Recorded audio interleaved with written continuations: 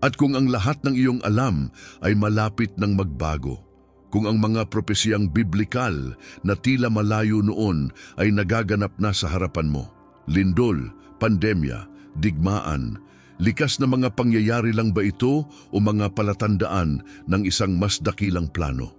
Maging handa dahil maaaring baguhin ng paglalakbay na ito ang iyong buhay. Mga palatandaan sa kalangitan at sa lupa.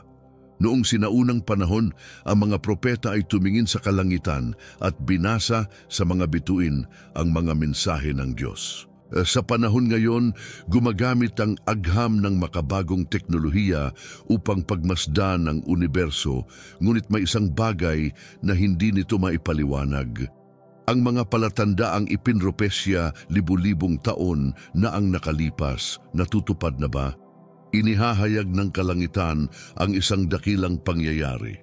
Sa aklat ng Lucas 21:20, nagbabala si Jesus, magkakaroon ng mga tanda sa araw, sa buwan, at sa mga bituin, at sa lupa'y magkakaroon ng matinding pagdurusa sa mga bansa na naguguluhan dahil sa ugong ng dagat at mga alon.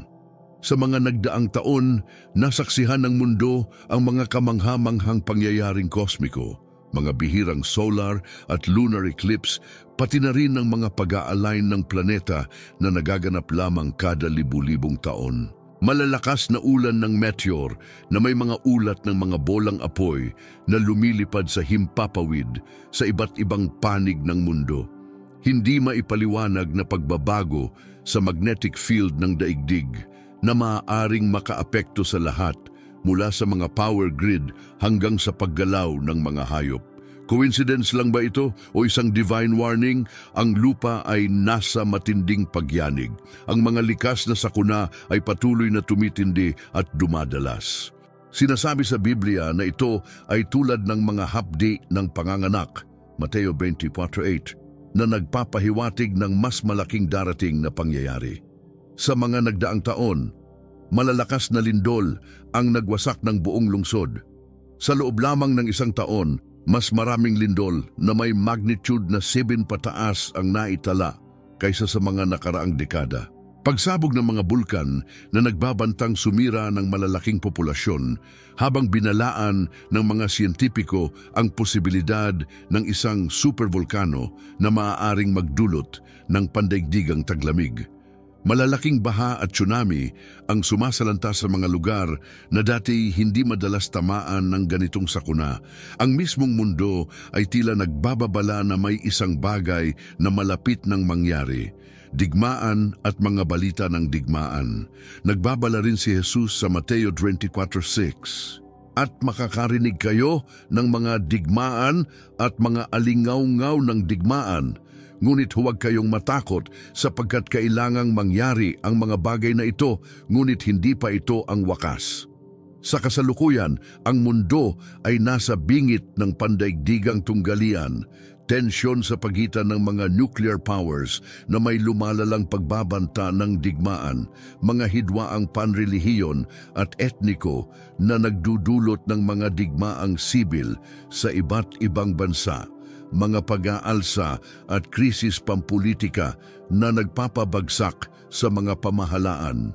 Ngunit ang propesya ay hindi lang tumutukoy sa mga pisikal na digmaan, kundi pati na rin sa isang espiritual na labanan na hindi napapansin ng marami. Kinukumpirma ba ng agham? Maging ang mga siyentipiko ay nagtatanong, bakit sabay-sabay itong nangyayari? Mula sa climate change hanggang sa hindi maipaliwanag na mga anomalya sa kalawakan, maraming eksperto ang nagtataka.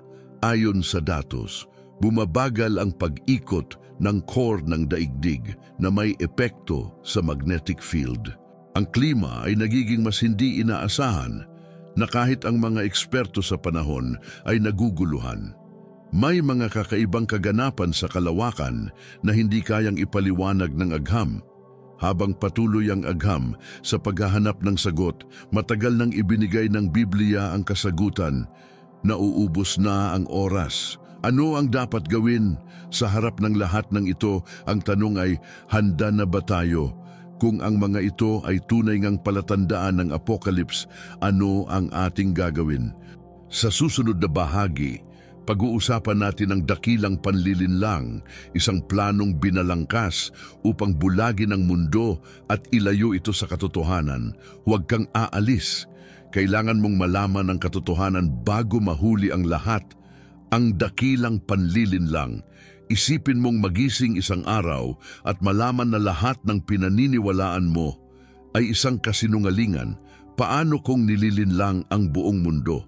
Binalaan tayo ng Biblia na bago dumating ang wakas, magkakaroon ng isang matinding panlilinlang sa buong sangkatauhan. Ngunit sino ang nasa likod nito? At ano ang tunay na layunin? Ang propesya ng dakilang panlilinlang. Sa 2 Tesalonica 2:11, nakasulat, ang pagdating ng masama ay ayon sa paggawa ni Satanas na may kasamang lahat ng kapangyarihan, mga tanda at mga himala ng kasinungalingan, at sa lahat ng pandaraya ng kasamaan sa mga napapahamak sapagkat hindi nila tinanggap ang pag-ibig sa katotohanan upang sila ay maligtas.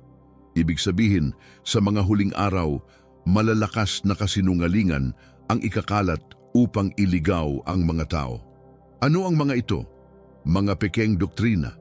Sa panahong ito, dumarami ang mga relihiyon at lider na nagtuturo ng ebanghelyo na walang pagsisisi, kung saan lahat ay pinapayagan. Pinapalitan ang salita ng Diyos ng mga makabagong turo upang mapasaya ang masa. Itinatanggi ang impyerno at ang hatol ng Diyos. Sinasabi ng Biblia, sapagkat darating ang panahon na hindi na nila matitiis ang tunay na aral, kundi hahanap sila ng mga gurong magtuturo ayon sa kanilang sariling pita. 2 Timoteo 4:3. Kontrol sa impormasyon. Napansin mo na ba kung paano ang ilang paksa ay pinapatahimik habang ang iba ay inihahalo sa mainstream media? Ang sinumang magbahagi ng propesiya tungkol sa pagbabalik ni Kristo ay agad na pinagtatawanan. Ang media ay nagpo-promote ng mga anti-kristyanong halaga, sinasala ng social media kung ano ang maaaring sabihin o hindi. Ang kulturang mapanlinlang, ang mga pelikula, serye at musika ay nagno-normalize ng okultismo at pangkukulam na ipinapakita bilang aliwan. Pagbabaliktad ng moralidad kung saan ang masama ay tinuturing na mabuti at ang mabuti ay kinukutya. Pagsamba sa kasiyahan higit sa lahat na tila walang konsekwensya. Ang panganib ng artificial intelligence at transhumanism. Ngayon, pinaniniwalaan na ang teknolohiya ang magliligtas sa sangkatauhan, pagsasanib ng tao at makina sa pamamagitan ng brain implants at genetic modification, super AI, na sinasabing kayang lutasin ang lahat ng problema ng mundo. Ngunit, ito ba ang tunay na kaligtasan o bahagi ng dakilang panlilinlang? Buhay na walang hanggan sa pamamagitan ng teknolohiya. Isang mundo kung saan ang kamalayan ng tao ay maaaring i-upload sa mga computer, isang pangako ng immortalidad. Ngunit sa likod ng mga pangakong ito, may isang plano, ang ganap na kontrol sa sangkatauhan. At dito tayo dadalhin sa susunod na kabanata. Ano ang dapat gawin? Ang tanong na dapat nating itanong sa ating sarili, handa ba tayong makilala at labanan ang dakilang panlilinlang? Sa susunod na kabanata, ang isang pandaigdigang gobyerno at ang tatak ng halimaw, tatalakayin natin kung paano patungo ang mundo sa isang sistemang may ganap na kontrol at kung ano ang ipinahayag ng Biblia tungkol dito. Huwag palalampasin. Ang mga susunod na revelasyon ay nakakakilabot ngunit mahalaga para sa mga nais makakita ng katotohanan. Ang isang pandaigdigang gobyerno at ang tatak ng halimaw. Paano kung isang araw, magising ka at mapagtanto na wala ka ng tunay na kalayaan, na ang bawat pagbili mo, bawat hakbang mo at kahit ang iyong mga iniisip ay minamanmanan? Ipinropesiya ng Biblia na bago dumating ang katapusan, lilitaw ang isang pandaigdigang gobyerno na magkokontrol sa buong sangkatauhan.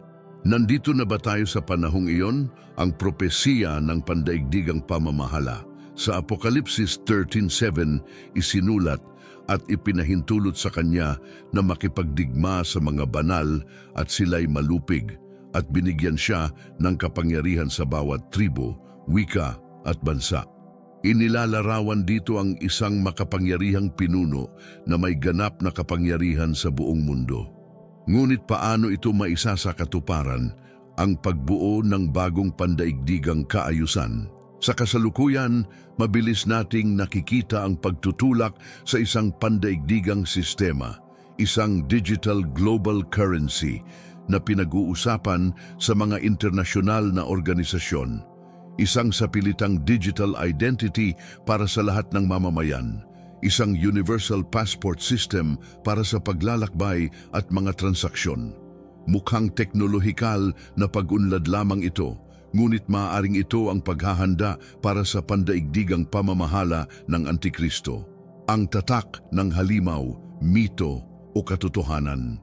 Sa Apokalipsis 3:16-17, may isang nakakabahalang babala, at pinapagawa niya ang lahat dakila at hamak, mayaman at mahirap, malaya at alipin na magkaroon ng isang tanda sa kanilang kanang kamay o sa kanilang noo, at walang sinumang makakabili o makakabenta maliban kung may tanda siya.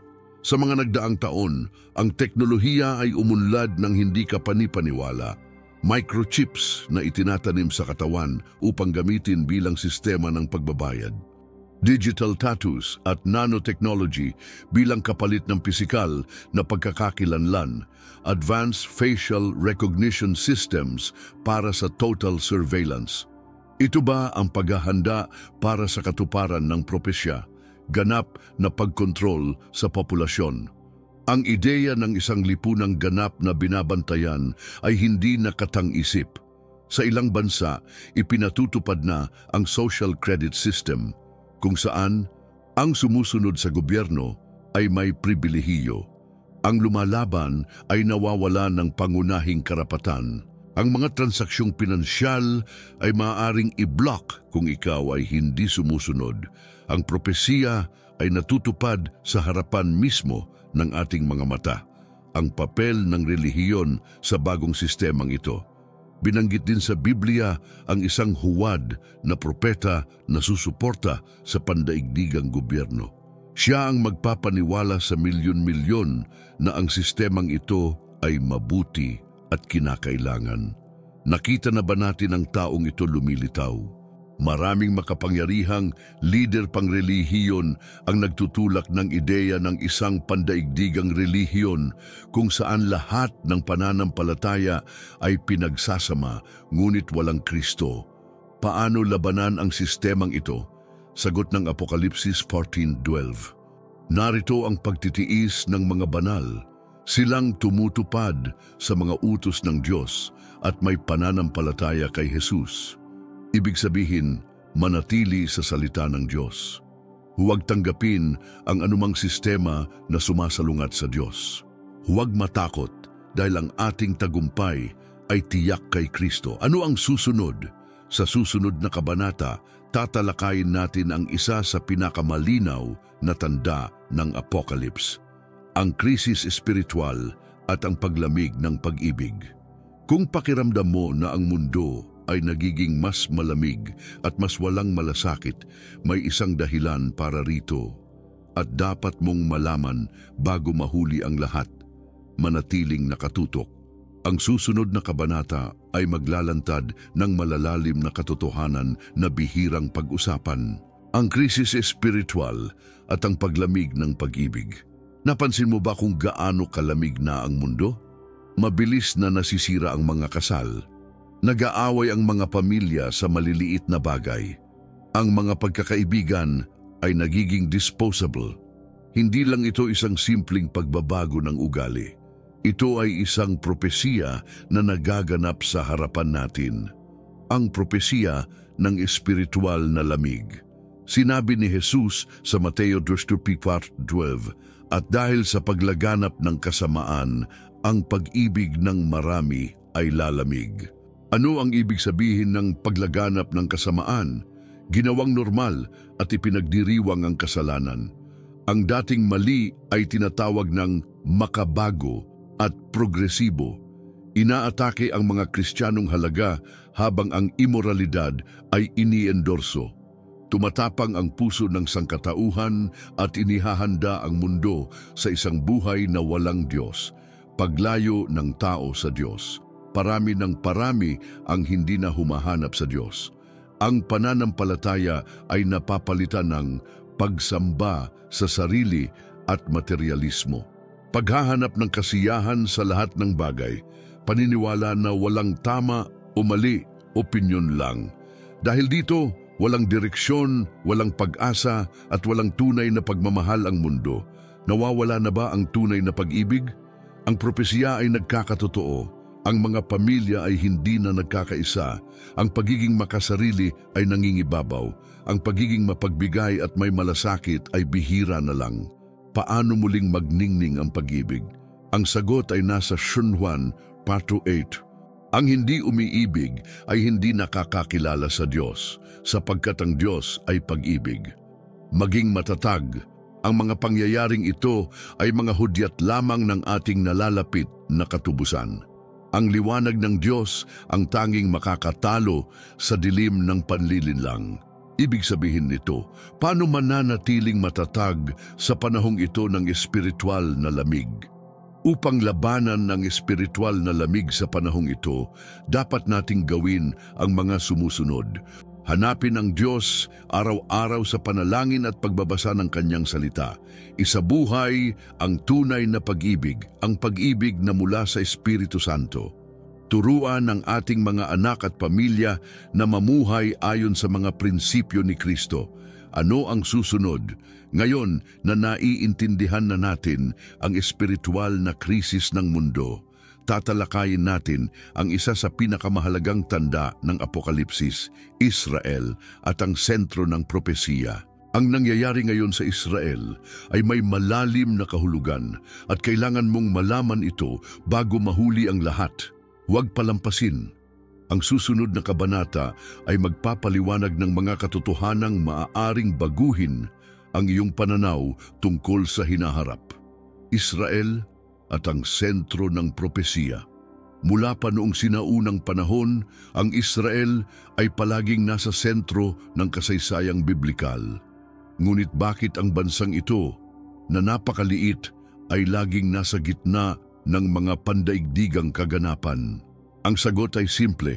Israel ang orasan ng propesiya ng Diyos, ang propesiya ng pagbabalik ng Israel. Matagal nang ipinropesiya sa Biblia na ang Israel ay ikakalat sa buong mundo, ngunit muling babalik sa kanilang lupain.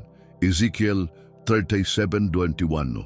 Ganito ang sabi ng Panginoong Diyos, narito aking kukunin ang mga anak ni Israel mula sa mga bansa kung saan sila nakakalat, at sila'y aking titipunin mula sa lahat ng dako at dadalhin ko sila sa kanilang sariling lupain. Naganap ito noong 1948 nang muling naging isang bansa ang Israel, isang bagay na akala ng marami ay imposibleng mangyari, ngunit ito pa lamang ang simula. Ang patuloy na kaguluhan sa Israel, isang senyales ng wakas.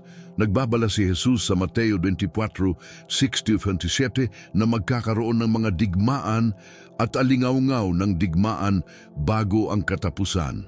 Sa kasalukuyan, ang Israel ay patuloy na nakakaranas ng matinding labanan sa mga karatig bansa nito. Mga banta ng pagwasak mula sa mga bansang ayaw sa kanilang pag-iral, terorismo at mga pag-atake na sinusubaybayan ng buong mundo. Bakit ganoon kalaki ang galit ng mundo sa isang maliit na bansa? Dahil ang Israel ang entablado ng huling mga propesya, ang ikatlong templo, susunod na hakbang patungo sa wakas.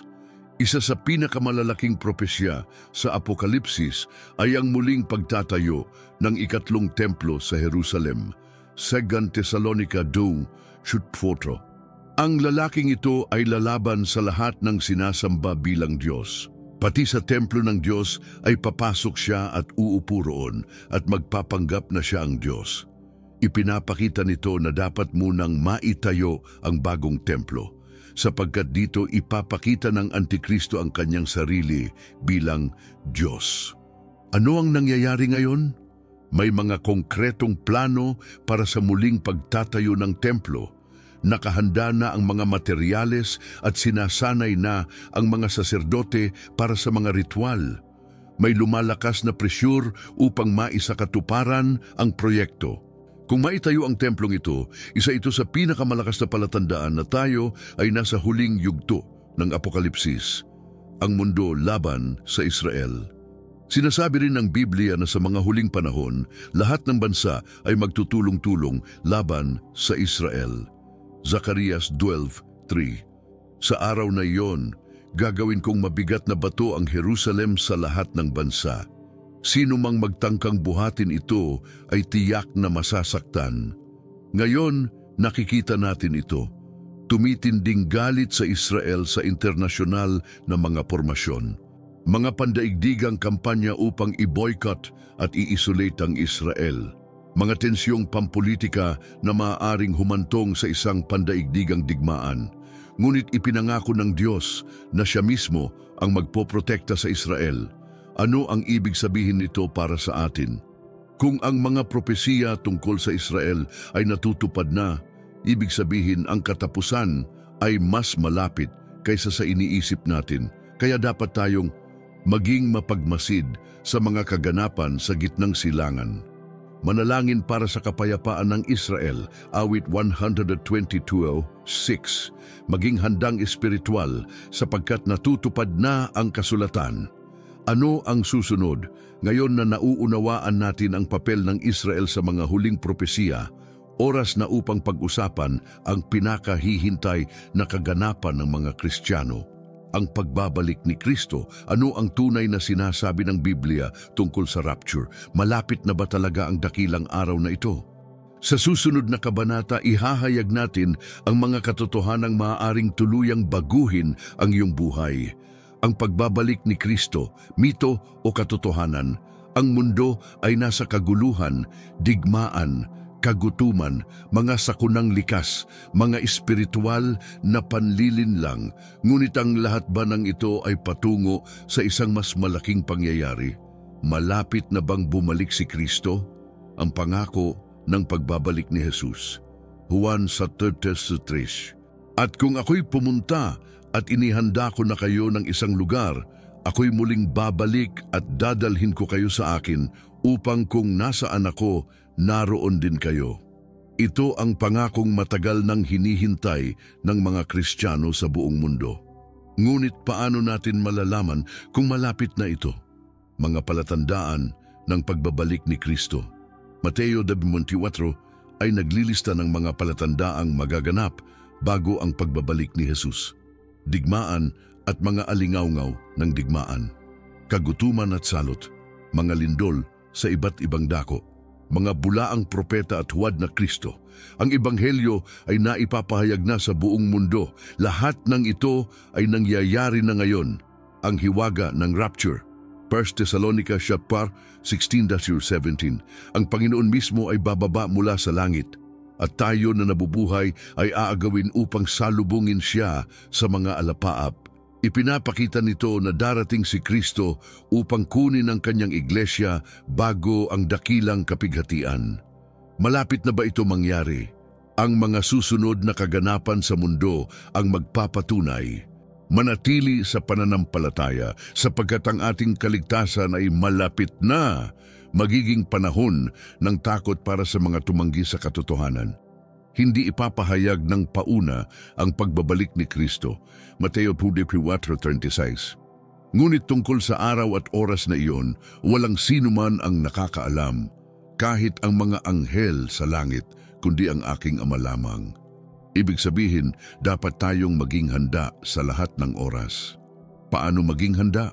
Hanapin ang Diyos araw-araw sa panalangin at pagbabasa ng kanyang salita. Mamuhay ng isang banal na buhay, lumalayo sa kasalanan. Ibahagi ang Ebanghelyo upang mas marami pang tao ang maligtas. Ano ang susunod? Kung ang pagbabalik ni Kristo ay napakalapit na, paano tayo dapat mamuhay? Ano ang dapat nating gawin sa gitna ng kaguluhan sa mundo? Sa susunod na kabanata, tatalakayin natin ang isang mahalagang bagay. Pag-asa sa gitna ng kaguluhan. Kahit sa gitna ng apocalypse, may pag-asa pa rin. At kailangan mong malaman kung ano ito. Huwag palampasin. Pag-asa sa gitna ng kaguluhan. Marami ang natatakot sa hinaharap, lumalalang krisis, pagkawasak at takot, kawalan ng pag-asa. Ngunit ang tanong, mayroon pa bang pag-asa?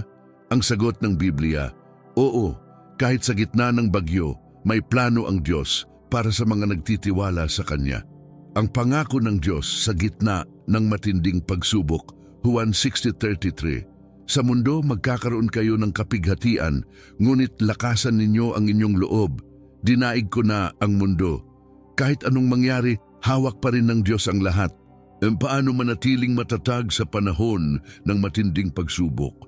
Maraming tao ang nadadala sa takot, ngunit ang mga nagtitiwala sa Panginoon ay hindi kailanman nag-iisa. Narito ang trikong pangunahing hakbang upang manatili sa pag-asa. Tumingin sa mga pangako ng Diyos, hindi sa mga sitwasyon. Ang Biblia ay puno ng pangakong proteksyon at pagliligtas.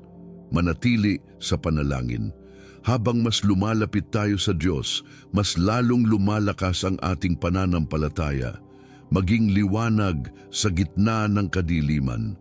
Sa panahon ng kaguluhan, tinatawag tayo ng Diyos upang tumulong, magbigay ng pag-asa at ipahayag ang Kanyang salita. Ang proteksyon ng Diyos sa huling panahon, awit 91.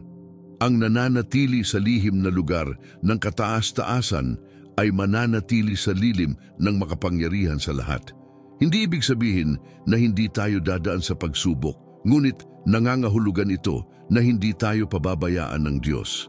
Ipinangako ng Diyos, ililigtas tayo mula sa mga bitag ng kaaway, magbibigay ng kapayapaan sa gitna ng bagyo. Magiging ating kanlungan at kalakasan.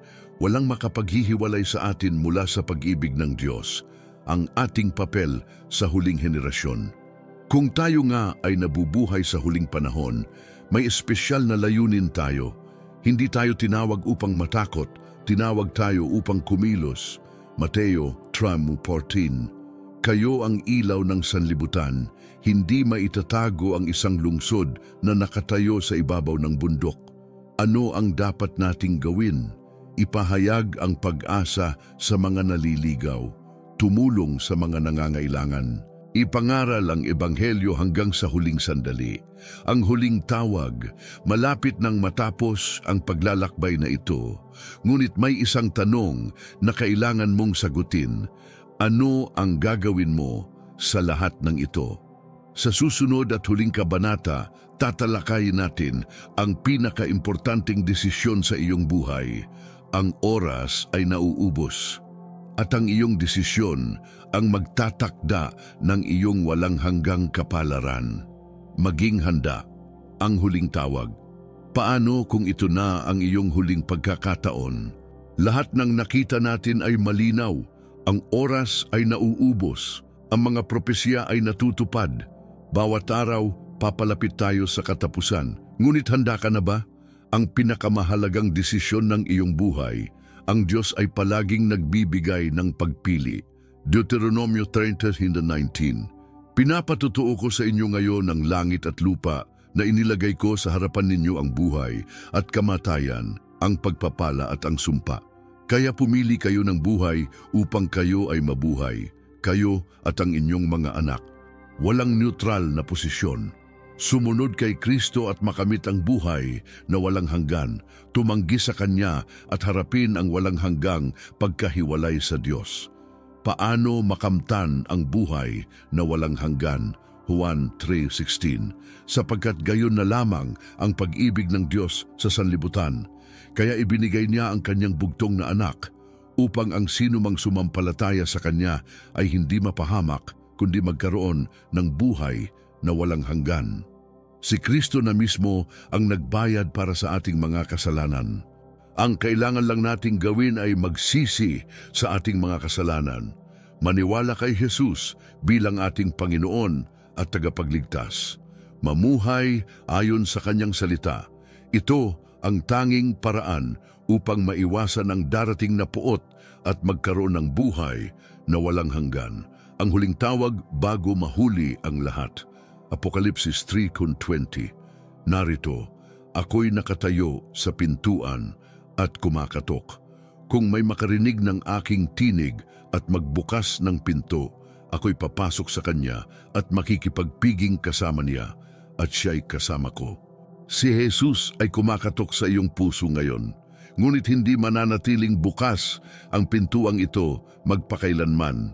Darating ang araw na magiging huli na ang lahat. Ano ang gagawin mo ngayon? Nararamdaman mo ba ang Espiritu Santo na nangungusap sa iyo? Huwag mong baliwalain ang tawag na ito. Ngayon ang araw ng desisyon. Ngayon maaaring ang iyong huling pagkakataon. Handa ka na bang tanggapin si Kristo? Kung oo ang iyong sagot, ipanalangin mo ito. Panginoong Jesus, kinikilala ko na ako ay isang makasalanan at kailangan kita sa aking buhay. Naniniwala ako na namatay ka sa krus para sa akin at muling nabuhay sa ikatlong araw. Tinatanggap kita bilang aking Panginoon at tagapagligtas. Isulat mo ang aking pangalan sa aklat ng buhay at tulungan akong mabuhay para sa iyo. Amen. Kung ipinanalangin mo ito, maligayang pagdating sa pamilya ng Diyos. Ano ang susunod? Palakasin ang iyong pananampalataya. Magbasa ng Biblia araw-araw. Manalangin at magkaroon ng personal na relasyon sa Diyos. Sumali sa isang iglesia na nagtuturo ng salita ng Diyos. Ibahagi ang mensaheng ito sa iba. Si Jesus ay malapit nang dumating. Ang tanong, handa ka na ba? Pagpalain ka ng Diyos.